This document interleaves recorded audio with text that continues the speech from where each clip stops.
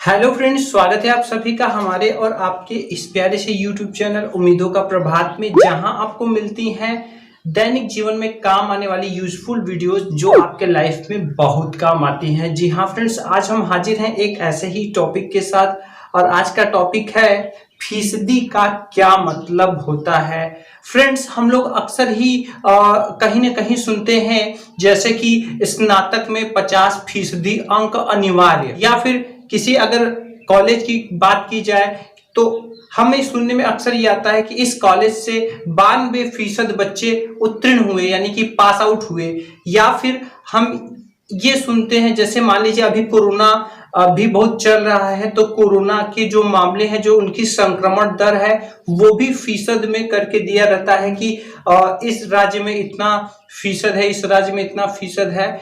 तो ये एक वर्ड हमारे सामने बार बार आता है और बहुत से लोगों को इसमें कंफ्यूजन भी होता है। तो आज की इस वीडियो में हम इसी टॉपिक पर चर्चा करने वाले हैं कि फीसद का मतलब क्या होता है, और अगर फीसद दिया हो तो उसकी नेट वर्थ यानी कि उसकी एक्चुअल वैल्यू, उसकी एक्चुअल नंबर, एक्चुअल संख्या उसकी कितनी होगी और उसके कहने का क्या मतलब होता है। फ्रेंड्स, हमेशा की तरह आज का ये वीडियो भी आप में से ही किसी एक के कमेंट पर आधारित है और ये कमेंट किया है राहिल सैफी जी ने।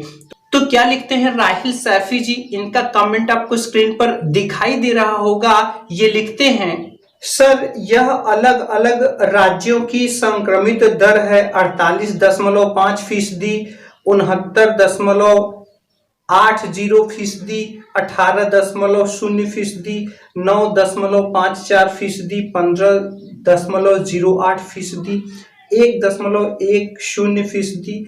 यह क्या है? यह दर का आंकड़ा कैसे निकालेंगे? हम इन आंकड़ों से कैसे पता लगाएं कि कितने लोगों में कितने लोग संक्रमित हैं? यह आंकड़े अखबार में आते हैं, इस पर एक संपूर्ण वीडियो बनाओ। तो मैं कमेंट से भी कुछ एग्जाम्पल दूंगा, कुछ एग्जाम्पल मैं खुद से बताऊंगा, जिससे आपका ये कॉन्सेप्ट हमेशा हमेशा के लिए क्लियर हो जाएगा। तो वीडियो को फ्रेंड्स स्किप नहीं कीजिएगा, वीडियो को पूरा जरूर देखिएगा। सो फ्रेंड्स, आइए समझते हैं। देखिए, सबसे पहले जो फीसद होता है उसका मतलब क्या होता है। फीसदी का मतलब क्या होता है, तो आप समझ लीजिए फीसदी का मतलब हिंदी में अगर बोला जाए तो हम इसको प्रतिशत कहते हैं, और अंग्रेजी में बोला जाए तो हम इसे परसेंट कहते हैं। ठीक है, यही होता है फीसद का मतलब। प्रतिशत और परसेंटेज से तो आप में से बहुत से लोग परिचित होंगे। जी हाँ, ये इसका बदला हुआ रूप है फीसदी, और इसका मतलब होता है प्रतिशत यानी कि परसेंटेज। और परसेंटेज जैसे हम लोग नॉर्मली निकालते हैं वैसे ही हम इसको भी निकाल सकते हैं। आइए हम इसको कुछ उदाहरणों से समझते हैं। जैसे मान लीजिए कि दिया हुआ है स्नातक में 50% अंक अनिवार्य। अब ये दे दिया तो इसका मतलब क्या हुआ, अब समझिए जरा। 50% का मतलब हो गया क्या, 50%, और 50% का मतलब आप में से बहुत से लोग जानते होंगे आधा।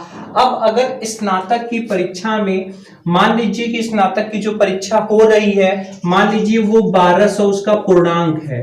क्या है? 1200 उसका पूर्णांक है, यानी कि जो मैक्सिमम मार्क्स होते हैं वो 1200 हैं mm। ठीक है, तो मैक्सिमम मार्क्स जो है वो 1200 है और 50% की बात की जा रही है, यानी 50%।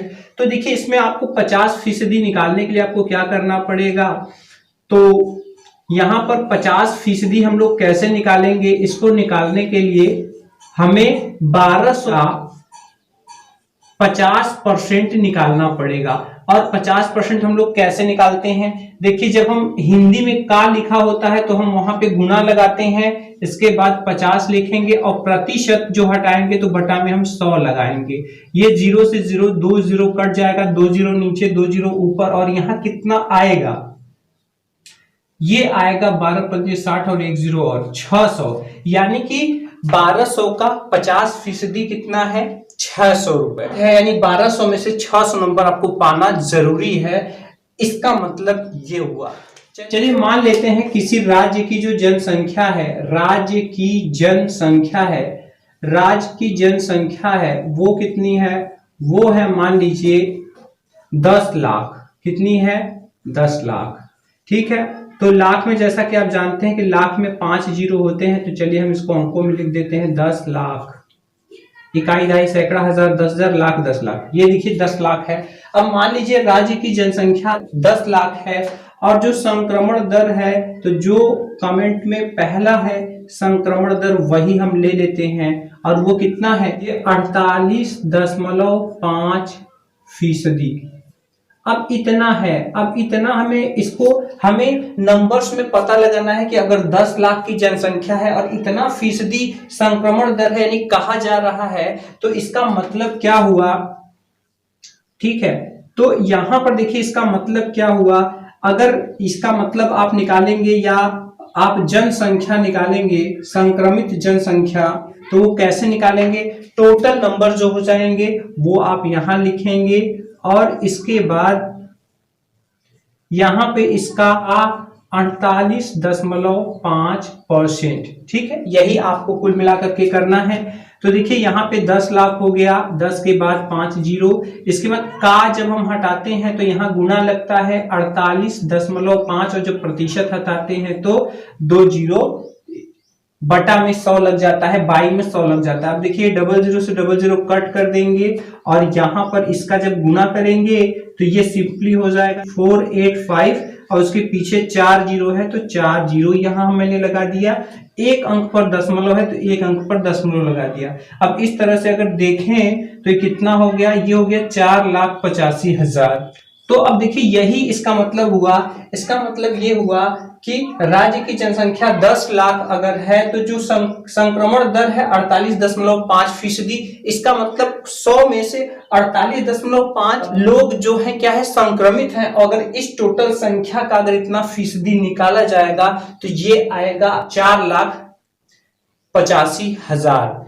ठीक है, आइए एक और एग्जांपल ले लेते हैं। मान लीजिए कोई विद्यालय है, विद्यार्थियों की संख्या कितनी है? तो चलिए हम एक आंकड़ा ले लेते हैं। विद्यार्थियों की संख्या जो है वो कितनी है? चलिए हम मान लेते हैं कि 1500 है। ये हम नया क्वेश्चन ले रहे हैं समझने के लिए। विद्यालय में विद्यार्थियों की संख्या कितनी है? 1500 है। और मान लीजिए जो उत्तीर्ण करने वाले छात्र हैं, वो उत्तीर्ण करने वाले छात्र कितने हैं? ये मान लीजिए 96.8%। चलिए यहां पर भी हम ये वर्ड यूज कर ले रहे हैं। विद्यार्थियों की संख्या, टोटल संख्या है 1500, लेकिन जो उत्तीर्ण छात्र हैं यानी कि जो पास हो चुके हैं छात्र, वो पास छात्र कितने हो चुके हैं? 96.8% छात्र उत्तीर्ण हो चुके हैं, पास कर चुके हैं एग्जाम। तो अब हमें इसकी संख्या निकालनी है। तो आइए हम देखते हैं कि 1500 में से 96.8% छात्र पास है तो कितने छात्र, उनकी एक्चुअल संख्या कितनी है?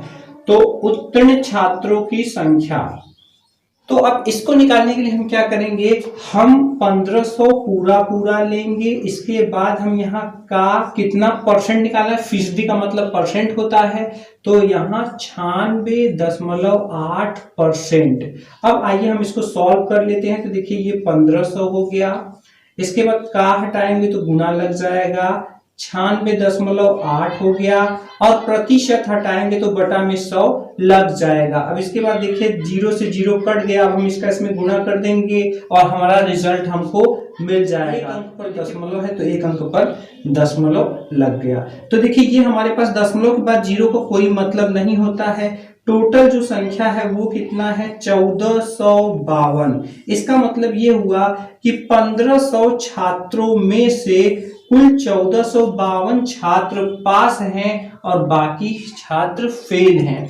तो फ्रेंड्स, उम्मीद है कि आपको ये टॉपिक समझ आया होगा। अगर आपके भी कोई क्वेश्चन हो तो आप कमेंट बॉक्स में कमेंट करें, मैं उस पर वीडियो बनाने की पूरी कोशिश करूंगा। जी हाँ फ्रेंड्स, उम्मीदों का प्रभात में आपको मिलते हैं ऐसे ही यूजफुल कंटेंट जो आपके दैनिक जीवन में बहुत काम आते हैं। फ्रेंड्स, अभी तक अगर आपने उम्मीदों का प्रभात चैनल को सब्सक्राइब नहीं किया हो तो सब्सक्राइब कर लें, साथ ही बेल आइकन दबाना ना भूलें, जिससे आपको लेटेस्ट वीडियोस की नोटिफिकेशन सबसे पहले मिल सके। तो मिलते हैं अगले वीडियो में किसी और इंटरेस्टिंग टॉपिक के साथ। फ्रेंड्स, अगर आप हमें चाहें तो सोशल मीडिया पर भी आप हमें फॉलो कर सकते हैं। आपको क्या करना है, आपको लिखना है फेसबुक और इंस्टाग्राम पर सिर्फ उम्मीदों का प्रभात। Thanks for watching.